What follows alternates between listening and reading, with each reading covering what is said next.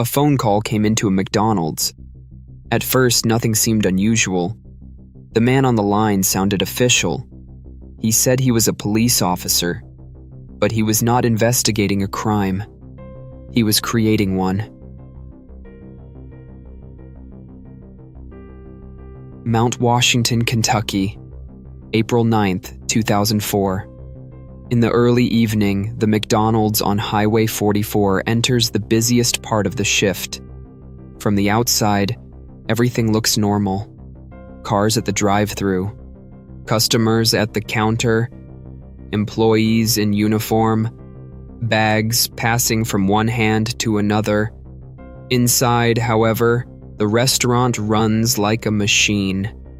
Every person has a position. Every station runs on timing.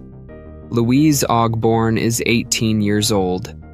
That day, she has already finished her afternoon shift. But the restaurant is short-staffed, and she is asked to stay and cover part of the evening shift. Louise agrees. It does not seem like an important decision, at least not at that moment. Louise only has to eat something, clock back in, and help until someone else arrives. The phone rings. Donna Summers, the assistant manager of the restaurant, answers.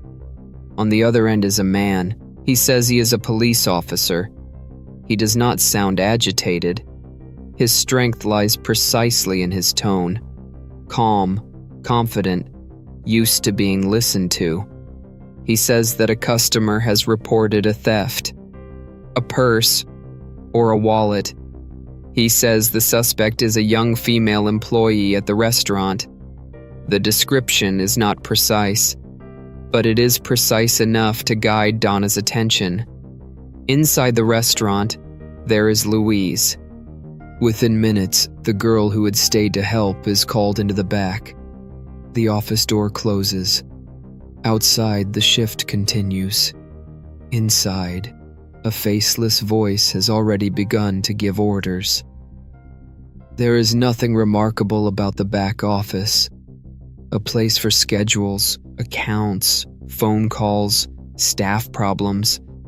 It is not a room designed to interrogate someone.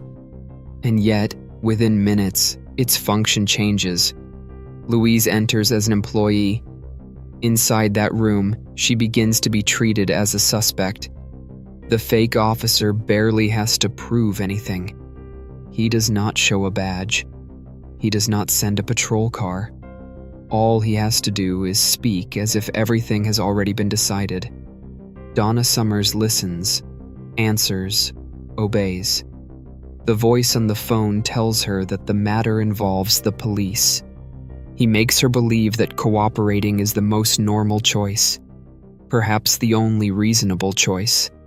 This is where the first psychological mechanism enters.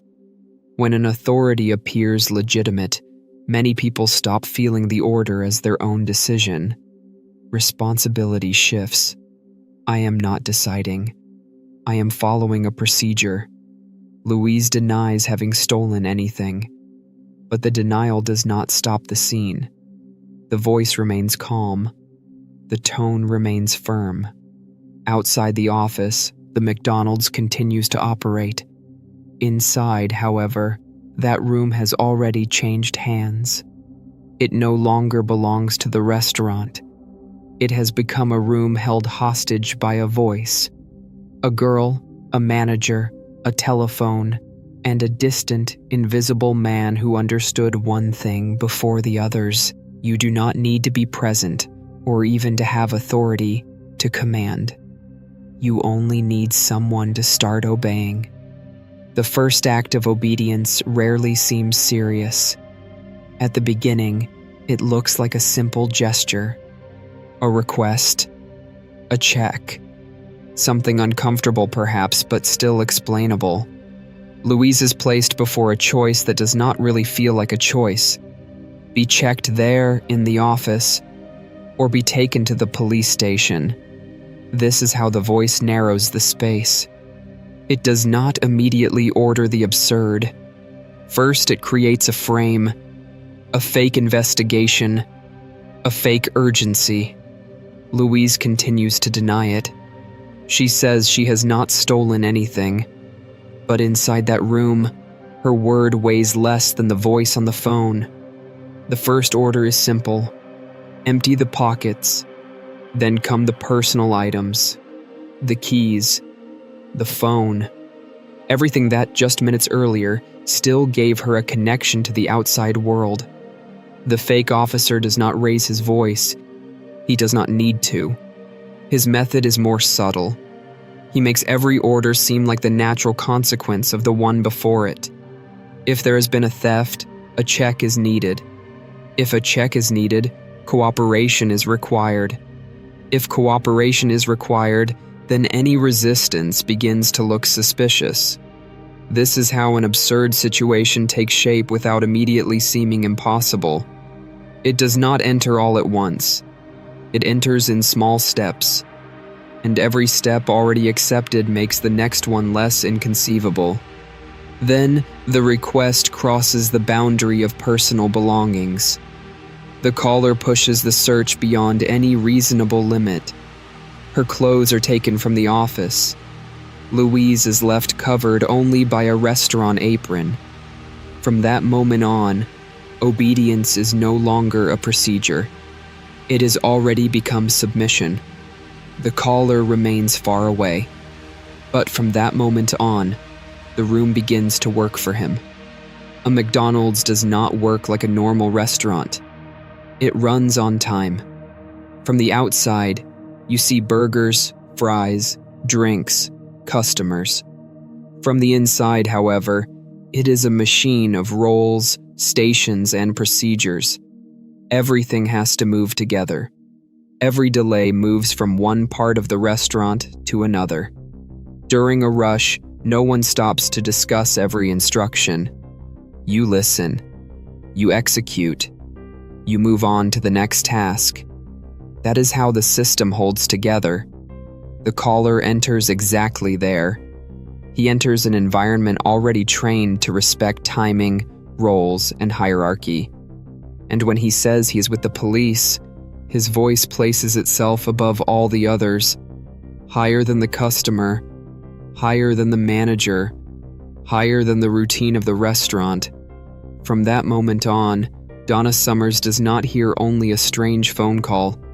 She hears an order coming from an authority greater than her own. The strength of the fake officer is not in the threat.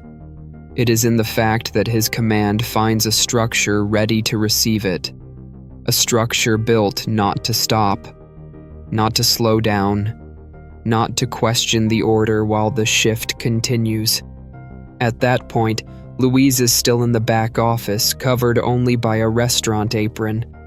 Outside, the McDonald's continues to operate. The shift does not stop. The restaurant still demands attention. Donna Summers has to return to the service. The caller then gives her another instruction. Find someone trustworthy. Someone who can stay in the office. Jason Bradley, one of the cooks, is called. Bradley enters. He sees the situation.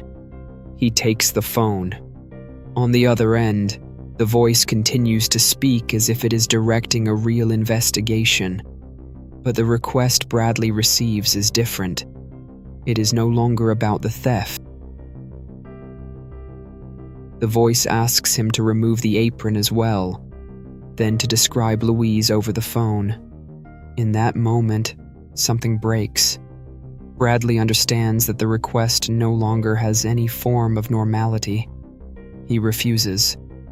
For the first time, the command does not pass through. The voice meets a limit, but that limit remains there. Personal. Silent. Bradley leaves the office.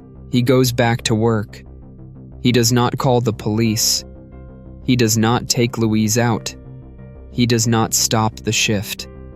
And this is one of the most disturbing points in the case. The scene had shown a crack, but no one yet had turned it into an alarm. Outside, the McDonald's continues to serve customers. Inside, Louise remains in the office, and the caller looks for someone else willing to obey.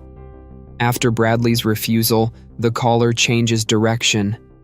He no longer looks for an employee. He looks for someone Donna Summers knows, someone she trusts. Donna calls her fiancé, Walter Nix. Nix does not work at McDonald's. He is not a manager. He is not an officer. He has no role in that room. And yet, he arrives. He enters the office. He is told that there is a police officer on the phone. From that moment on, he too enters the fake investigation. At first, the caller keeps using the same excuse. A search. A theft. The possibility that Louise may be hiding something. But very quickly, the situation moves far beyond anything that could be called a legitimate check. The caller tells Nix to take control of Louise physically. He tells him to remove the last thing she has been given to cover herself. Then he gives him more degrading instructions. He orders movements. He orders punishments.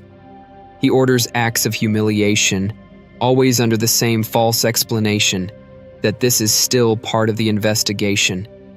But by then, the excuse has already collapsed. It is no longer about finding evidence. It has become abuse carried out under the cover of authority. Louise protests. She says she has done nothing, but inside that office, her voice counts less and less. The caller keeps control by making every new order sound like the next required step. Nix obeys. And with every order he follows, the situation becomes harder to stop. Then a detail arrives that definitively changes the tone of the scene. When Louise does not call him sir, the voice orders Nix to punish her. At that point, the fake investigation is dead. There is a girl locked in an office, a man from outside the restaurant obeying, and a distant voice turning obedience into physical abuse. For almost 2 hours, Nix remains there. The restaurant, outside, continues to operate. The police have never arrived. Authority has never shown a face. But the room continues to obey. After almost 2 hours, Walter Nix leaves the office. Before leaving, he calls a friend. He tells him he has done something terrible. Donna Summers is still split between the shift, the phone, and that room in the back. The caller wants another man in the office, someone to take Nix's place. At that point, Tom Sims enters the story. He is a maintenance worker. He passes by the restaurant and becomes involved almost by chance. Donna asks him to go into the office and check on Louise. Sims enters. He sees the situation. He speaks with the man on the phone. The voice tries to do with him what it has already done with the others. But with Sims, it does not work. He does not fall for it. To him, the voice does not sound like the police. It sounds like a scam. For the first time, someone does not simply feel uncomfortable. Someone looks at the scene and treats it for what it is. Donna begins to waver. She calls the real restaurant manager, the one the fake officer had claimed to already have on another line. She finds her at home. She had been sleeping. She knows nothing. No one has called her. No officer is speaking with her. In a few seconds, the whole setup collapses. The phone call ends. Immediately afterward, an employee dials 69 to retrieve the last incoming number. The trail leads to a payphone. The call had not come from someone stationed outside the McDonald's. It had come from much farther away, from Panama City, Florida. Louise is finally taken out of the office. She is shaken. She is covered with a blanket. After 3.5 hours, that room stops obeying. The real police arrive, and at that point, the case changes nature. It is no longer a phone call. It is a crime scene.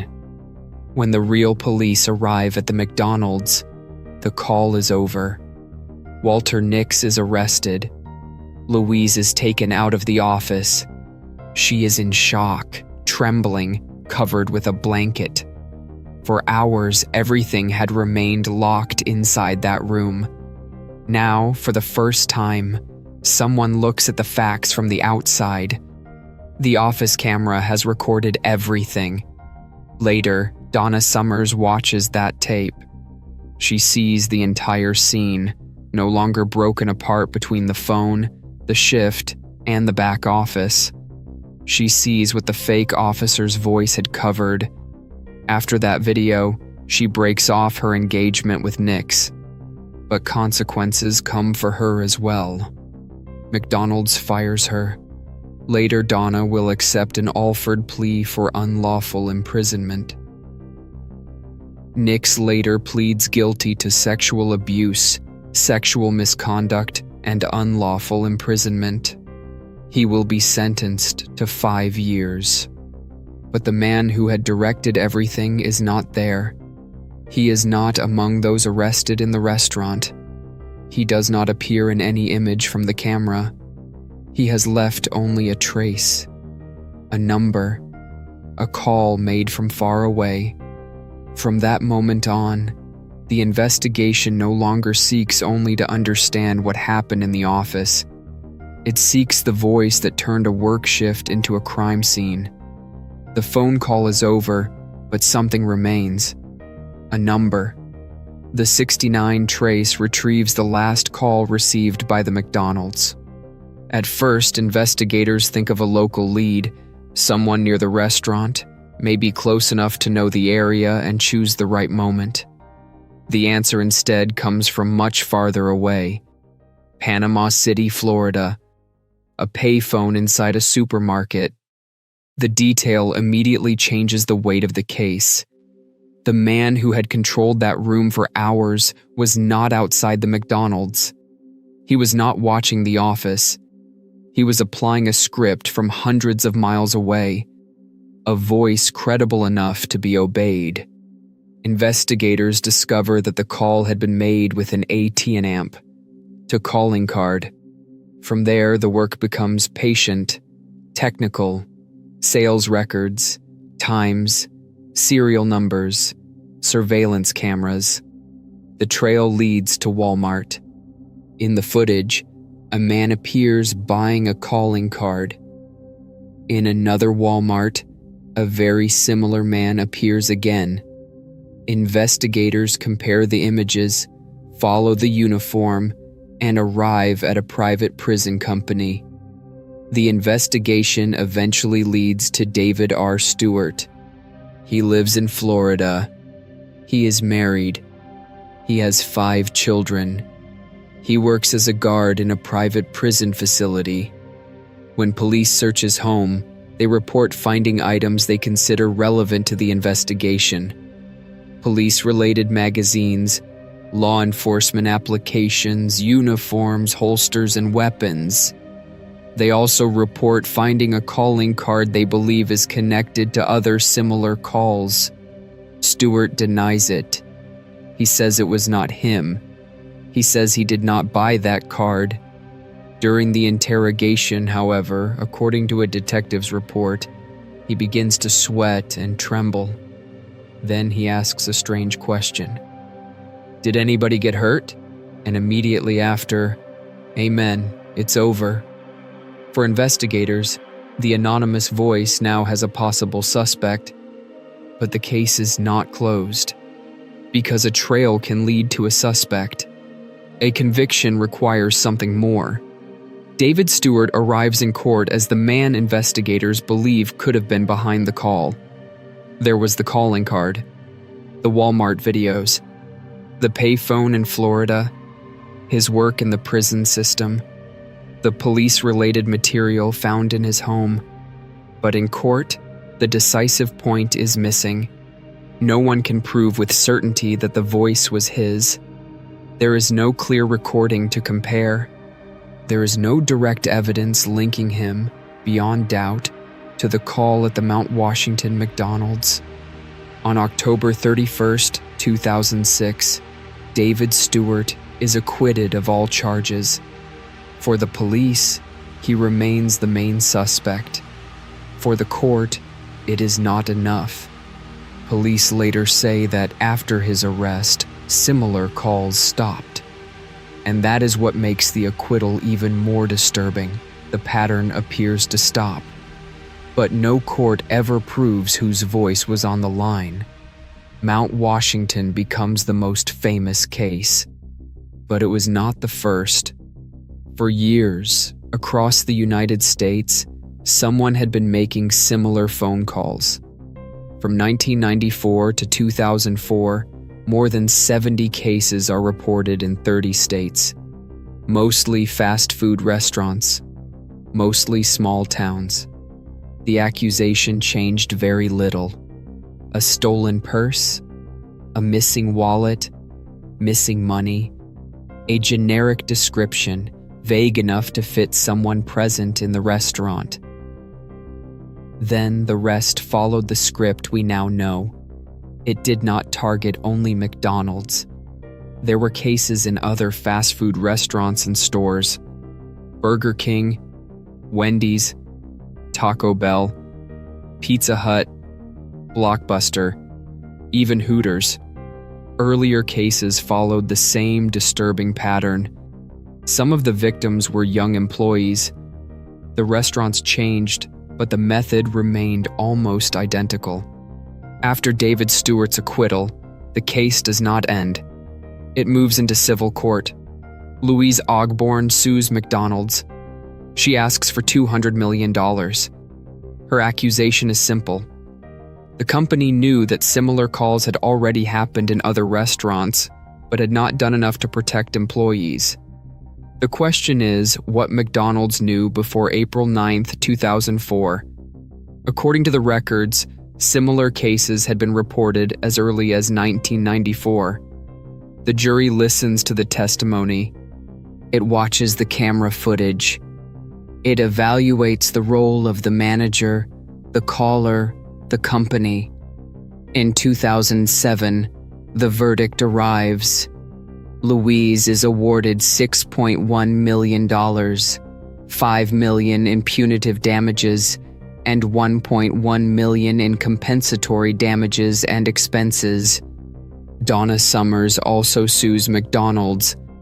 In the trial court, she receives $1 million in punitive damages and $100,000 in compensatory damages. Later, on appeal, the punitive portion is reduced to $400,000. McDonald's challenges the decision. But in 2009, the Kentucky Court of Appeals upholds the core of the verdict in favor of Ogborn. For Louise, that money does not erase what happened, but it establishes one thing in the record.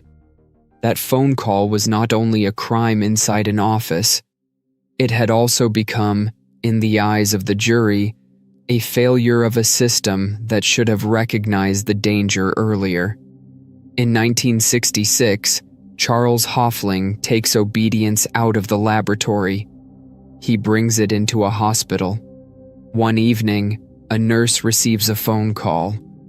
On the other end is a man who introduces himself as a doctor. He says his name is Dr. Smith. His request is precise. Take a drug called Astroten and administer 20 milligrams to a patient. The problem is written on the label. Maximum dose, 10 milligrams. Twice the requested amount would be an obvious violation. But that is not the only one. The drug is not on the authorized list for the ward. The order arrives by telephone. There is no doctor's signature, and the nurse does not know that doctor on the other end of the line. In theory, the action should stop there. In practice, almost no one stops. Of the 22 nurses involved in the experiment, 21 prepare to administer the drug. They are stopped before entering the patient's room.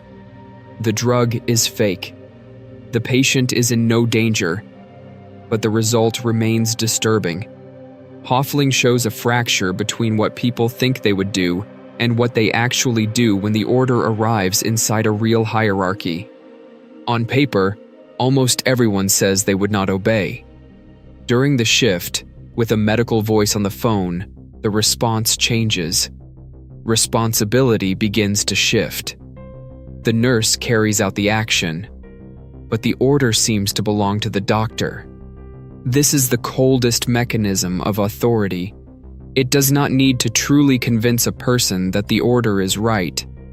It only needs to make them feel that they are no longer the one carrying its weight. In the McDonald's case, the uniform changes. The ward becomes a fast food restaurant.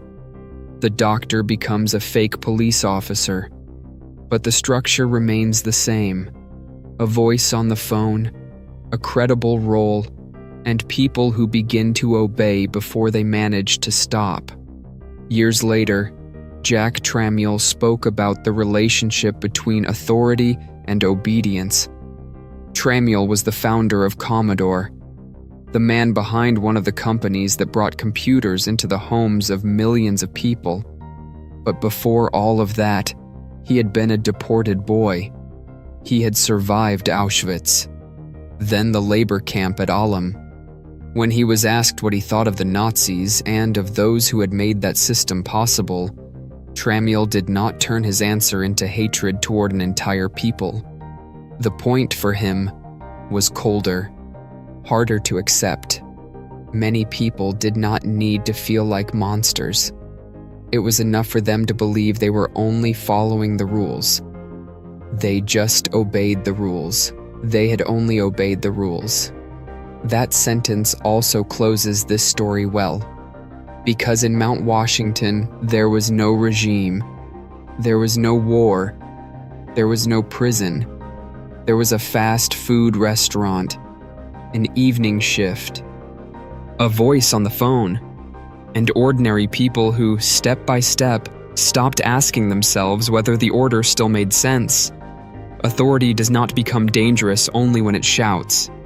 Sometimes it is enough for it to sound official. It is enough for it to arrive at the right moment. It is enough for it to find someone already used to obeying. The lesson is not to live suspicious of everything. It is much simpler. An order that humiliates a person does not become right because it comes from a confident voice. A rule that erases judgment no longer protects anyone. And when obedience asks us to turn off our conscience, the first human act is to stop.